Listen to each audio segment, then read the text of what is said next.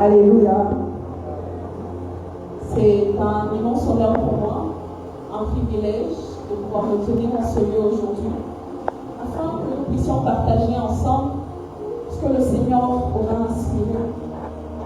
Et comme je le disais, je crois que ces assises ne sont pas anodines. Le Seigneur a permis que nous puissions nous retrouver en ce lieu. C'est qu'il a un plan parfait pour chacun de nous. C'est qu'il a déjà prédestiné quelque chose pour chacun de nous. Et cette réunion est simplement l'une des circonstances qu'il a mis en place pour nous faire accéder aux choses qu'il a préparées pour nous. Alléluia. Et je crois que ce soir va être particulier. Amen.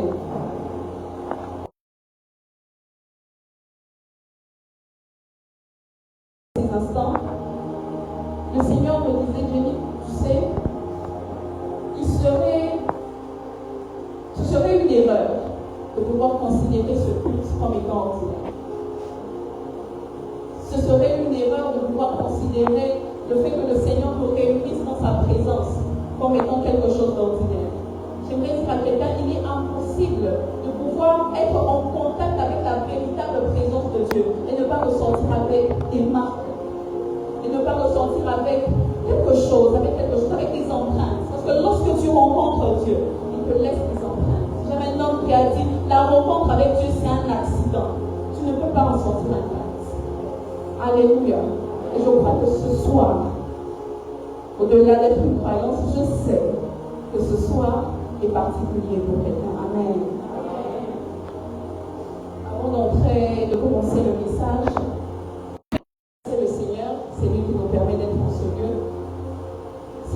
qui a favorisé les temps afin que nous soyons là, au-delà d'être notre programme, au-delà d'être quelque chose que nous avions prévu.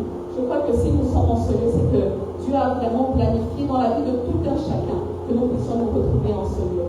Et lorsque Dieu réunit son peuple, c'est afin de déverser ses bénédictions, c'est afin de pouvoir changer quelque chose. Amen. Mes remerciements sont aussi tournés envers la personne du berger Belgique. Dieu seul sait combien il a un apport considérable dans notre vie.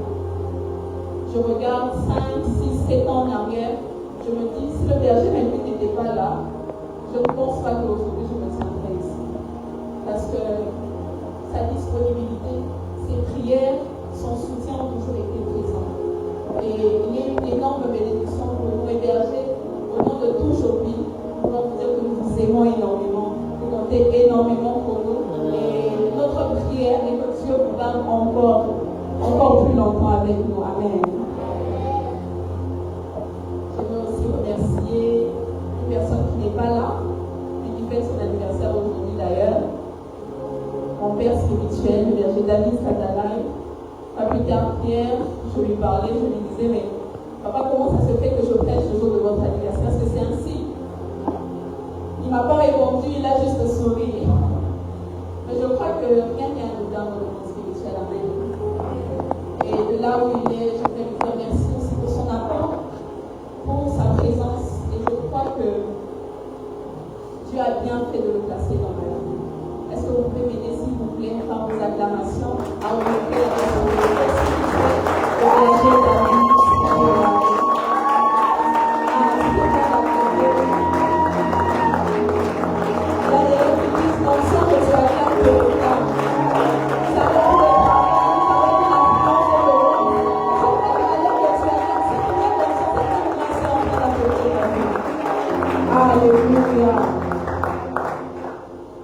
Je veux aussi te remercier, toi qui es là, toi qui as accepté ce petit changement. Nous nous réunissons généralement les samedis, mais tu t'es déplacé un jeudi afin d'être dans la présence de Dieu. Et je crois que puisque c'est une chose nouvelle qui s'installe dans tes routines, je crois que quelque chose aussi de nouveau est en train de venir dans ta vie. Amen. Je ne l'avais pas prévu, elle m'a même surprise, alors que je me préparais pour venir en ce lieu. Je l'avais aussi s'apprêter, je me dis, mais tu vois, je me dis, non, mais on part la journée, non, je fais, oh, ok, très intéressant. Voilà, je ne peux pas dire aussi que ma vie aurait été pareille sans elle. Celle par qui Dieu est passé afin que je vienne dans ce monde. Et je crois que je lui dois énormément. Alors, famille Jopi, est-ce que vous pouvez pouvez m'aider à acclamer pour la présence de maman, qui est en Seigneur. J'ai beaucoup de choses à voir au bien quand même. Et je crois que le Seigneur m'a bien fait de la placer dans ma vie. Amen. Yes. Nous allons commencer. Est-ce que tu peux acclamer le Seigneur?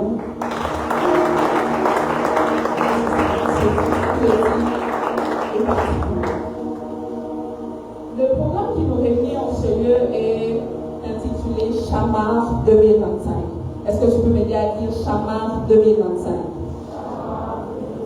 Yes. Je discutais avec quelqu'un, il me disait, mais Jimmy, vous aimez trop les termes compliqués.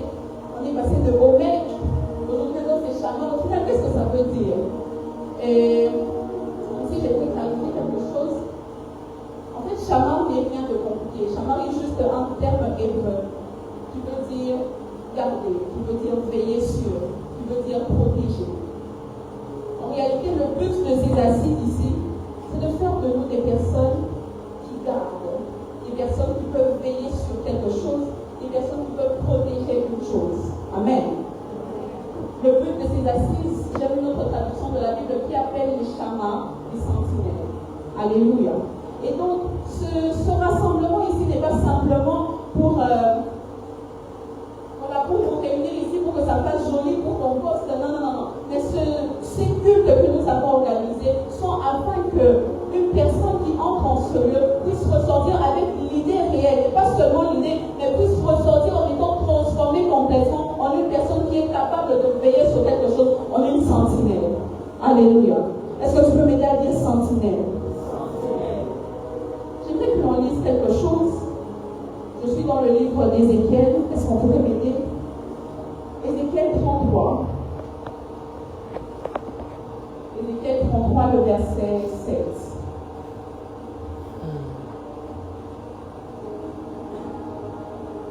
Ézéchiel 33, verset 7. Est-ce qu'on pourrait m'aider?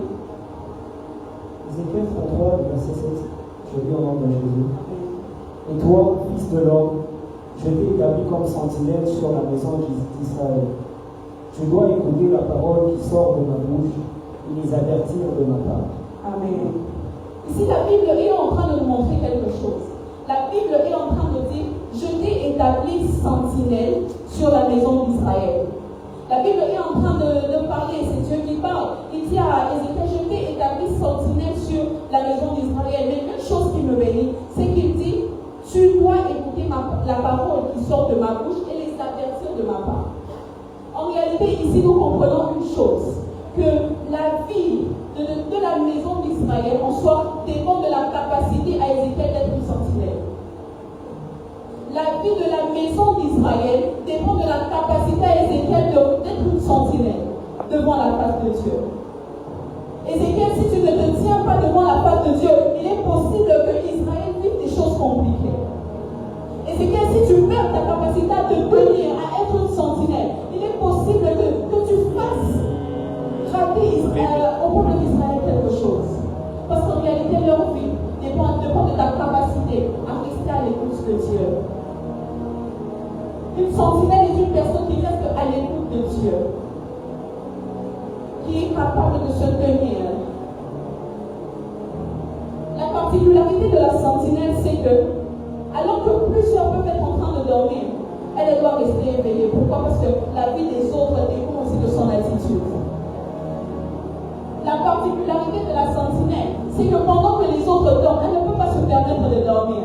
Parce qu'elle sait que si moi je dors, si moi je m'assoupis, si moi je reste faible, il est possible que plusieurs subissent cela.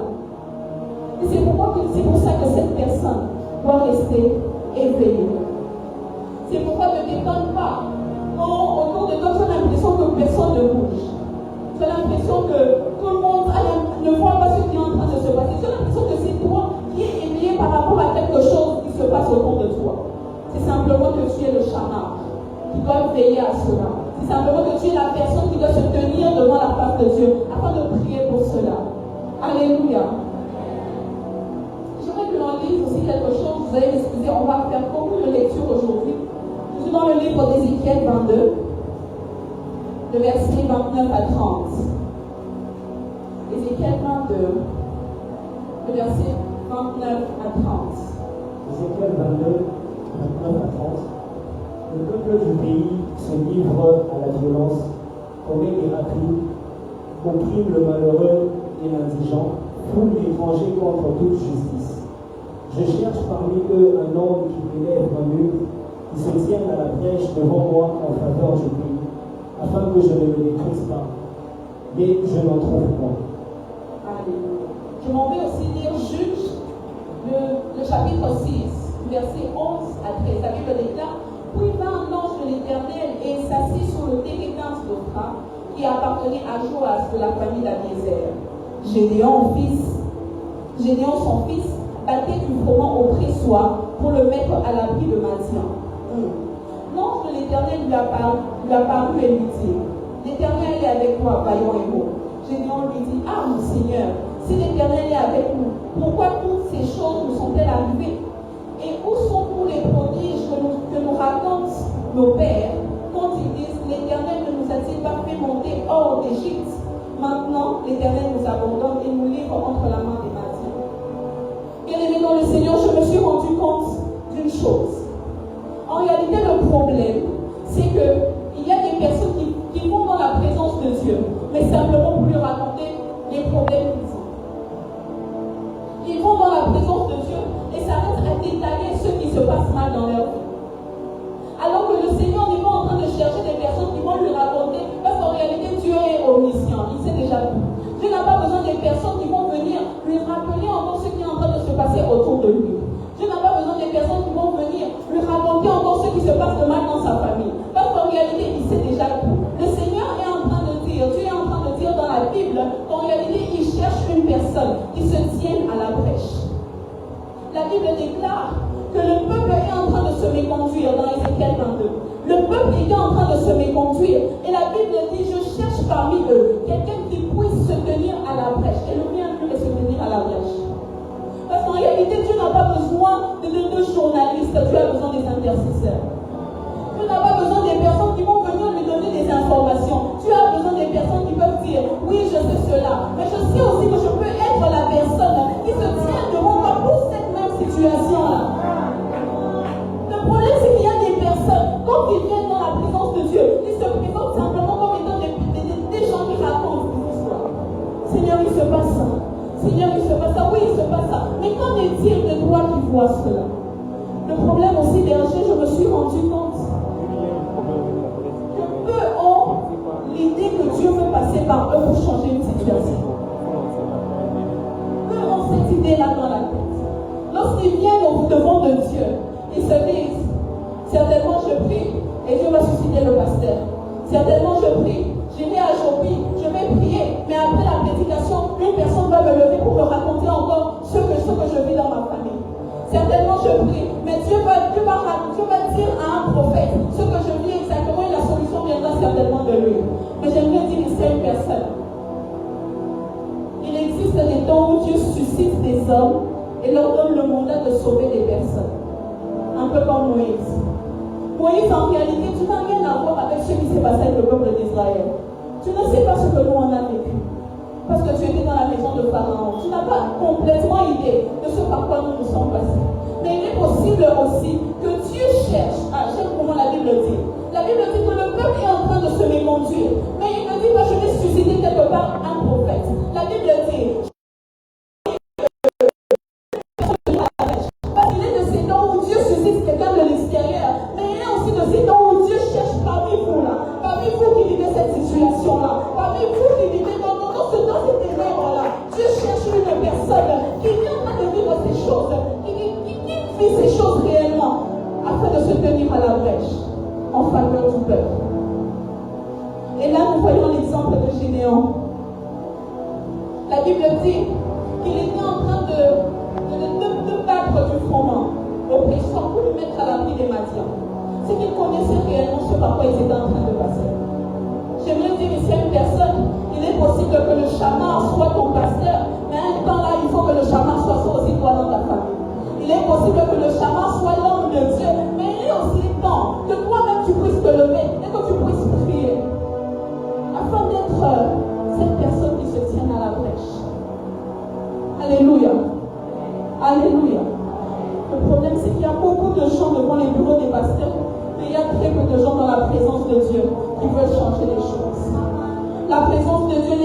prières sont devenues vides, mais il y a des longues files devant les bureaux des pasteurs. Oui, je suis consciente que ton pasteur peut te donner quelque chose, mais il ne connaît pas exactement ce qui s'est passé dans ta famille. Je suis consciente que ton pasteur peut recevoir de Dieu le mandat de changer quelque chose dans votre famille, mais il est possible aussi que toi-même qui aies vécu ces choses-là, que tu puisses te lever et prier afin de te tenir à la brèche et que les choses qui se passaient auparavant ne puissent plus se passer. Alléluia. Alors je prie que nos lieux de retraite deviennent, que nos lieux de retraite nous voient beaucoup plus souvent. Je prie dans le nom de Jésus qu'à partir de maintenant, que nous ayons beaucoup plus de planning où nous avons prévu de prier parce que nous avons remarqué telle ou telle chose. Je vais aller un peu vite avant de pouvoir parler de ça. J'aimerais parler de la prière en soi. Je vais survoler rapidement parce que nous n'avons pas beaucoup de temps. Je vais parler de la prière en soi. En réalité, qu'est-ce qu'est la prière? Il est bien de dire, oui, le type de prière que Dieu exauce, mais vous savez, la mauvaise connaissance d'une chose peut te pousser à faire réellement la chose, mais ne pas tirer les bénéfices qui sont liés à cette chose-là. La mauvaise connaissance d'une chose peut te pousser à faire la chose, mais ne pas tirer les bénéfices de cette chose-là. En réalité, plusieurs sont exaucés, plusieurs ne sont pas exaucés plutôt, parce que simplement, ils ne savent même pas c'est quoi exactement la prière. C'est pourquoi je vous propose ici trois choses à savoir sur la prière. Premièrement, la plus basique, la prière, c'est le canal par lequel un homme entre en contact avec Dieu. Est-ce qu'on pourrait m'aider avec Matthieu 6, le verset 9? La prière, c'est simplement ce canal-là, c'est ce lien-là qui se crée entre l'homme et le divin. Matthieu 6, verset 9. Voici donc comment vous devez prier. Notre Père qui est aux cieux, que ton nom soit sanctifié, que ton règne vienne, que ta volonté soit faite sur la terre comme au ciel. Donne-nous aujourd'hui notre pain quotidien. Pardonne-nous nos offenses, comme nous aussi nous pardonnons à ceux qui nous ont offensés. Ne nous induis pas en tentation, mais délivre-nous du mal. Car c'est à toi qu'appartiennent dans tous les siècles le règne, la puissance et la gloire. Amen. Amen. Dans cette première partie, ce qui m'intéresse beaucoup plus, c'est que la Bible est en train de dire, au verset 9, voici donc comment vous devez prier notre Père qui est dans les cieux. Jésus, sachant que nous avons besoin des choses ici sur terre, lui-même, il avait des fois besoin des choses ici sur terre. Mais lorsqu'il parle de la prière, avant de nous parler d'abord des choses que la prière peut nous donner, il est en train de nous montrer qu'en réalité, le premier but de la prière, c'est d'abord de te mettre en connexion avec Dieu. Le premier but de la prière n'est pas d'abord de te donner des choses. Parce qu'en réalité, si tu peux avoir de l'argent aujourd'hui, demain tu as un accident et tu ne peux même plus utiliser cet argent. Tu peux avoir l'onction aujourd'hui, mais tu peux l'utiliser d'une manière extraordinaire, mais après tu peux mourir. Mais qu'en est-il de ta vie après toutes ces choses? C'est la raison la plus noble de nos prières. C'est la raison la plus noble de nos réunions de prière. C'est pour rétablir cette connexion avec Dieu. Rétablir cette connexion-là avec Dieu. Quand tu pries, qu'est-ce que tu te dis? Est-ce que tu te dis que j'aurai des choses? Est-ce que tu te dis que c'est d'abord un sacrifice que je fais pour avoir telle ou telle chose? Ou tu te dis qu'il y a réellement une relation que tu dois entretenir? La fois où j'avais entendu cette phrase, j'avais été complètement troublée. Un homme de Dieu prêchant, il disait, est-ce que nous nous sommes déjà posé la question, après avoir prié, est-ce que nous nous sommes déjà posé la question si on manquait à Dieu? Parce qu'en réalité, si tu avais un enfant qui à chaque fois quand il vient, c'est j'ai besoin du minerva, j'ai besoin de tel vêtement, tu peux lui donner, c'est ton fils. Mais qu'en est-il de ta vraie connexion avec ton fils? Est-ce que nous sommes déjà dit, est-ce qu'on manquait peut-être à Dieu dans sa présence? Non pas que nous ne venions pas, mais est-ce que cette relation-là n'a pas été biaisée quelque part? Je prie dans le nom de Jésus qu'après ces instants, une personne puisse réellement reconnaître la vraie mission de la prière dans sa vie. Alléluia. Deuxièmement, la prière est le moyen par lequel nous pouvons changer les choses autour de nous. La prière est le moyen par lequel nous pouvons changer les choses autour de nous. La Bible déclare que celui qui est dans la souffrance prie. Parce qu'en réalité, si tu vis des circonstances qui te mettent dans une certaine souffrance, la prière te permet de changer ces circonstances de sorte à ce que la souffrance s'éloigne de ta vie. Si tu vis des choses qui peuvent changer des situations autour de toi, la prière est capable de pouvoir changer les choses autour de toi.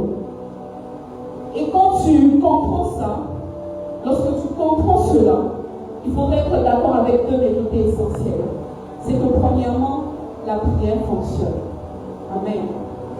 La prière fonctionne. Bien-aimés dans le Seigneur, entre nous soit-il, je suis contre ces paroles qui disent, je suis d'accord avec le fait qu'il faut étudier. Moi-même, j'aime beaucoup les études. Je suis d'accord avec le fait qu'il faut travailler. Je suis très d'accord avec cela. Je suis d'accord avec le fait qu'il faut avoir des choses. Je suis très d'accord avec cela. Mais s'il vous plaît, laissons la place qui lui est due à la prière. La prière, c'est la prière. Le mariage que va te donner ton bon comportement et le mariage que va te donner la prière est complètement différent. Le travail que va te donner tes diplômes et le travail que va te donner Dieu au travers de la prière, c'est complètement différent. Je suis consciente qu'il faut étudier, que nos études peuvent nous emmener très loin. Mais il y a une différence lorsque quelqu'un prie. Et la prière fonctionne réellement. S'il vous plaît, ne minimisons pas cet acte. Ne minimisons pas cet acte. Il y a des personnes qui ont prié, qui ont complètement changé. Il y a Lazare qui était mort et à cause d'une prière, il s'est levé et la mort a complètement disparu. Il y a des personnes qui étaient stériles, qui avaient des maladies dans leur corps. Et ils ont la prière, ces choses ont complètement disparu. S'il vous plaît, ce n'est pas parce que nous avons assez facilement à cette chose qu'il faudrait la négliger. La prière est un acte trop spirituel. Elle fonctionne. Et elle fonctionne réellement. Oui, tu es malade, tu peux aller à l'hôpital, mais le Dieu qui guérit réellement est encore vivant. Il y a encore la possibilité de prier et que ta maladie puisse disparaître. Arrêtez de faire comme si la prière ne fonctionne plus. Elle fonctionne réellement. Et la deuxième des choses avec lesquelles tu dois être d'accord, c'est que rien n'est impossible à Dieu. Amen. Rien n'est impossible à Dieu. Je parlais avec l'une de mes soeurs, je lui ai dit, tu sais, si tu as eu l'occasion, même pendant 2 minutes, de pouvoir adresser une parole à Dieu, ne minimise pas cela. Il a eu à faire des trop grandes choses pour que ton problème le dépasse. Il a eu à faire d'énormes choses pour que ton problème puisse le bloquer. Ne minimisons pas Dieu. Rien ne lui est impossible. Alléluia. Troisième chose, je vais aller rapidement, c'est que la prière est le canal par lequel nous recevons les choses divines. Amen.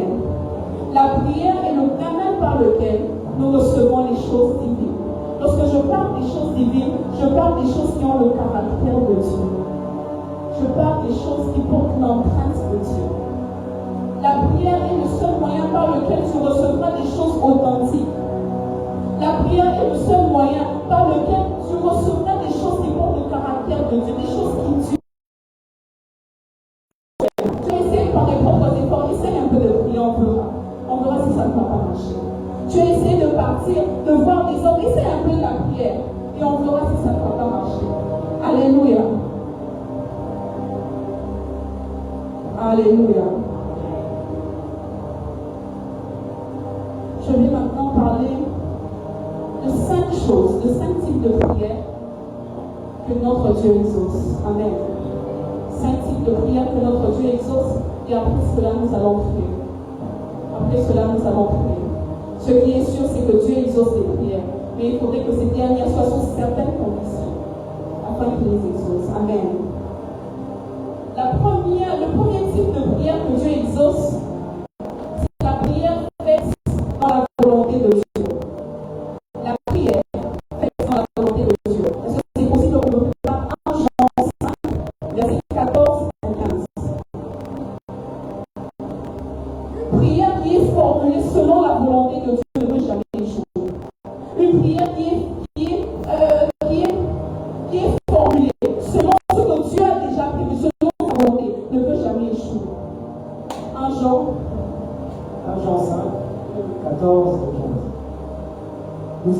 auprès de lui cette espérance que si nous demandons quelque chose selon sa volonté, il nous écoute. Et si nous savons qu'il nous écoute, quelque chose que nous demandions, nous savons que nous possédons la chose que nous lui avons demandé. Amen. Amen. Et donc la Bible est claire par rapport à cela.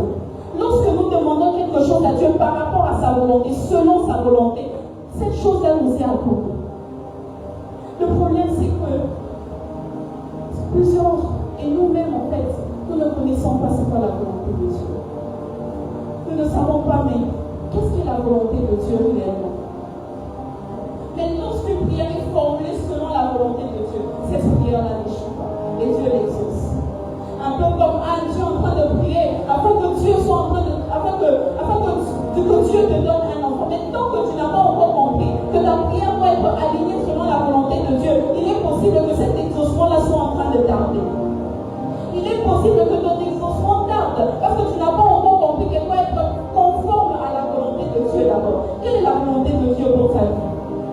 Quelle est la volonté de Dieu pour ta vie? J'aime une chose que la Bible dit dans Romains 8, le verset 26 à 27. La Bible dit, de même aussi l'Esprit nous aide dans notre faiblesse, car nous ne savons pas ce qu'il convient de demander dans nos prières. Mais l'Esprit lui-même intercède par des soupirs inexprimables. Et celui qui sonde les cœurs connaît la pensée de l'Esprit, parce que c'est selon Dieu qu'il intercède en notre faveur. Bien-aimés dans le Seigneur, nous avons besoin du Saint-Esprit pour que notre prière soit exaucée. Nous avons besoin du Saint-Esprit. Ça, c'est en réalité, nous ne sommes que des humains. Nous ne sommes que des humains. Il nous arrive d'être faibles. Il nous arrive, comme la Bible dit, de ne pas savoir ce qu'il faut demander en un temps précis. Parce que nous sommes limités par ce que nos yeux voient.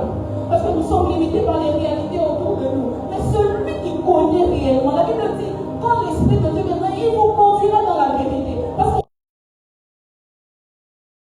que Dieu connaît lui-même la vérité. Et c'est le Saint-Esprit qui nous conduit dans cette vérité-là. Et donc, sans le Saint-Esprit, il est impossible de prier selon la volonté de Dieu. Et nous avons besoin du Saint-Esprit. Nous avons besoin du Saint-Esprit. Dans notre marche ici sur terre, nous avons besoin du Saint-Esprit. Alors que Jésus parlait, il ne nous a pas laissé des biens. Alors que Jésus nous parlait, il ne nous a pas laissé des stratégies économiques. Alors que Jésus parlait, tout ce qu'il nous a laissé, il a dit aux disciples, ne soyez pas pressés, attendez le Saint-Esprit. Il a dit aux disciples, ne soyez pas pressés, ne commencez pas d'abord. C'est vrai que les disciples avaient la connaissance. C'est vrai que les disciples avaient déjà une certaine expérience avec Jésus. Mais il est impossible de vivre réellement ici sur terre sans le Saint-Esprit. Nous avons besoin du Saint-Esprit. Nous avons besoin du Saint-Esprit. Parce que c'est lui qui nous conduit selon la volonté de Dieu. C'est lui qui nous conduit selon la volonté de Dieu. Deuxièmement, le deuxième type de prière que Dieu exauce, c'est la prière fervente du juste.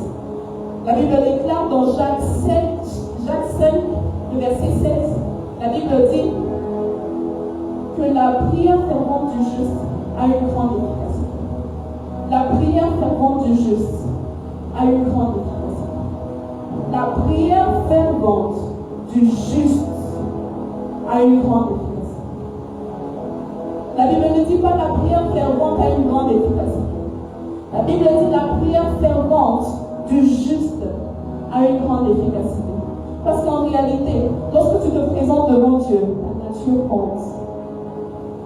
En réalité, lorsque tu te présentes devant Dieu, ce qui attire beaucoup plus Dieu, ce n'est pas d'abord ce qui est dit dans tes prières, c'est qui tu es.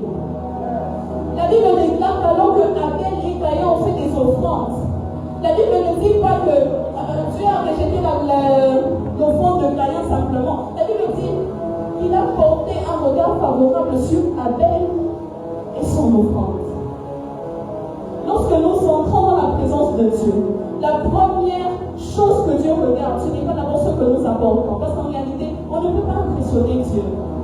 Ce ne sont pas nos prières, nos paroles qui impressionnent Dieu. La Bible déclare que c'est la prière fervente du juste qui a une grande efficacité. Bien-aimés dans le Seigneur, cet évangile ne périra jamais. Lorsque nous entrons dans la présence de Dieu, notre nature compte. Notre nature compte.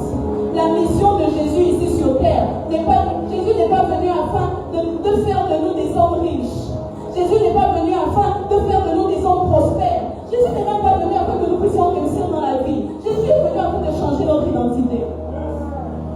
Afin que nous puissions porter sa nature. La Bible déclare, verset 28, alors qu'il est mort, la Bible déclare que le voile du temple est différent d'une personne qui ne tient pas compte de sa sanctification lorsqu'il prie. Une personne qui a une nature et est dans la présence de Dieu est différente d'une personne lambda. C'est différent. Lorsque tu tiens compte de ta nature, tu es différent dans la présence de Dieu. Parce que Dieu regarde aussi à qui prie. Dieu regarde aussi à qui prie. C'est pour ça que je te demande, s'il te plaît, veille sur ta nature. Veille sur ta nature. Jean chapitre 11, verset 20 au verset 33. Jean chapitre 11, verset 20 au verset 33. On peut l'aider. Jean chapitre 11, verset 20. La Bible dit, lorsque Marthe apprit que Jésus arrivait, elle alla au-devant de lui, tandis que Marie se tenait assise à la maison. Yes. Marthe dit à Jésus, Seigneur, si tu eusses été ici, mon frère ne serait pas mort. Mais maintenant même, je sais que tout ce que tu demanderas à Dieu, Dieu te l'accordera. Jésus lui dit, ton frère ressuscitera. Je sais, lui répondit Marthe, qu'il ressuscitera à la résurrection au dernier jour. Jésus lui dit, je suis la résurrection et la vie. Celui qui croit en moi vivra quand même il serait mort. Et quiconque vit et croit en moi ne mourra jamais. Crois-tu cela? Elle lui dit, oui Seigneur, je crois que tu es le Christ, le Fils de Dieu, qui devait venir dans le monde. Ayant ainsi parlé, elle s'en alla. Puis elle appela secrètement Marie, sa sœur, et lui dit, le Maître est ici et il te demande. Dès que Marie eut entendu, elle se leva promptement et alla vers lui. Car Jésus n'était pas encore entré dans le village, mais il était dans le lieu où Marthe l'avait rencontré. Les Juifs qui étaient avec Marie dans la maison et qui la consolaient, ayant vu se lever promptement et sortir, la suivirent, disant, elle va au sépulcre pour pleurer. Lorsque Marie fut arrivée là où était Jésus, et qu'elle le vit, elle tomba à ses pieds et lui dit, Seigneur, si tu eusses été ici, mon frère ne serait pas mort. Jésus, la voyant pleurer, elle et les Juifs qui étaient venus avec elle, frémit en son esprit et fut tout ému. Il lui dit, où l'avez-vous mis? Seigneur, lui répondirent-ils, viens et vois. On peut s'arrêter là. C'est une histoire que nous connaissons tous, celle de Marie et Marthe à la mort de Lazare. Une des choses ici qui me dérange, c'est que j'ai l'impression qu'il y a une injustice.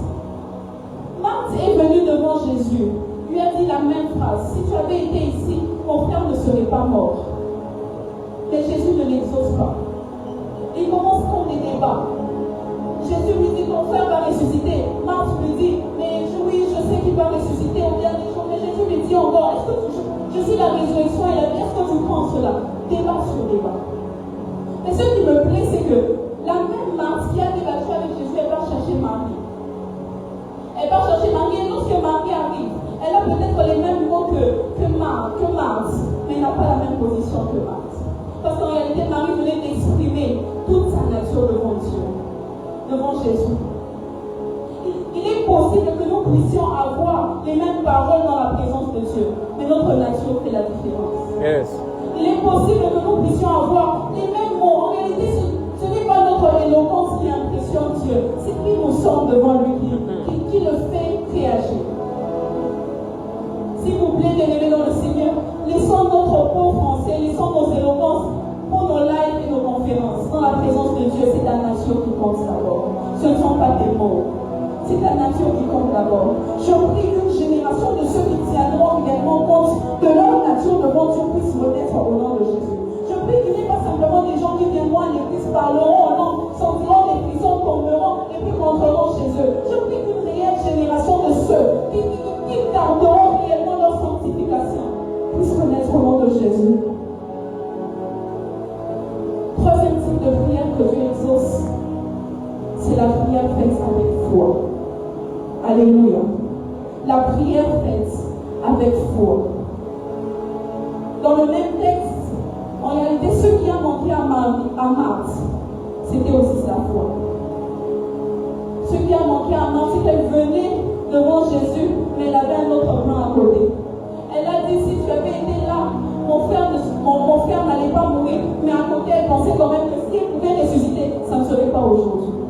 Manque de foi. Il y a des personnes dans la présence de Dieu qui viennent, Seigneur, j'ai besoin de ceci, Seigneur, j'ai besoin de cela, mais en réalité, si tu ne donnes pas, je peux quand même contacter mon oncle qui peut me donner quelque chose de similaire. Manque de foi. J'ai besoin d'un enfant, mais en réalité, si tu ne donnes pas aussi, je peux demander à ma femme d'appeler Agar et j'aurai quand même quelque chose de similaire. Manque de foi. Il y a aussi des personnes qui manquent la foi. Et le problème, c'est quoi? La Bible déclare que, alors que Marthe est partie chercher Marie, la Bible dit que, car Jésus n'était pas encore entré dans le village, mais il était dans le lieu où Marthe l'avait rencontré. Bien-aimé dans le Seigneur, Jésus venait déjà afin de ressusciter Lazare. Jésus était déjà en chemin afin de pouvoir ressusciter Lazare. Mais lorsque Marthe le rencontre, Jésus arrête son chemin. Pourquoi? Parce que le manque de foi te fera stopper dans l'exaucement.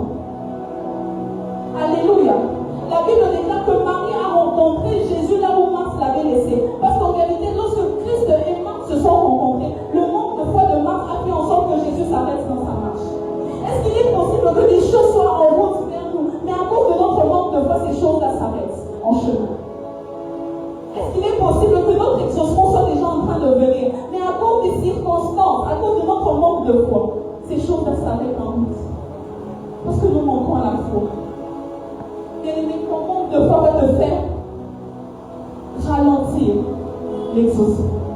S'il te plaît, je prie, qu'alors que tu seras en train de prier, qu'alors que tu seras en train de chercher quelque chose venant de Dieu, qu'alors que tu seras en train de prier en attendant réellement la chose qui vient de Dieu, que tu ne perdes pas la foi, que tu puisses continuer à croire. Parce qu'en réalité, lorsque tu continues à croire, ces choses-là te sont accordées parce que tu n'arrêtes pas ton exaucement. Mais lorsque tu perds la foi, ton exaucement peut être arrêté. Ton exaucement peut être arrêté. La Bible déclare dans Matthieu 21, Matthieu 21, 12, allez, Matthieu 21, 12.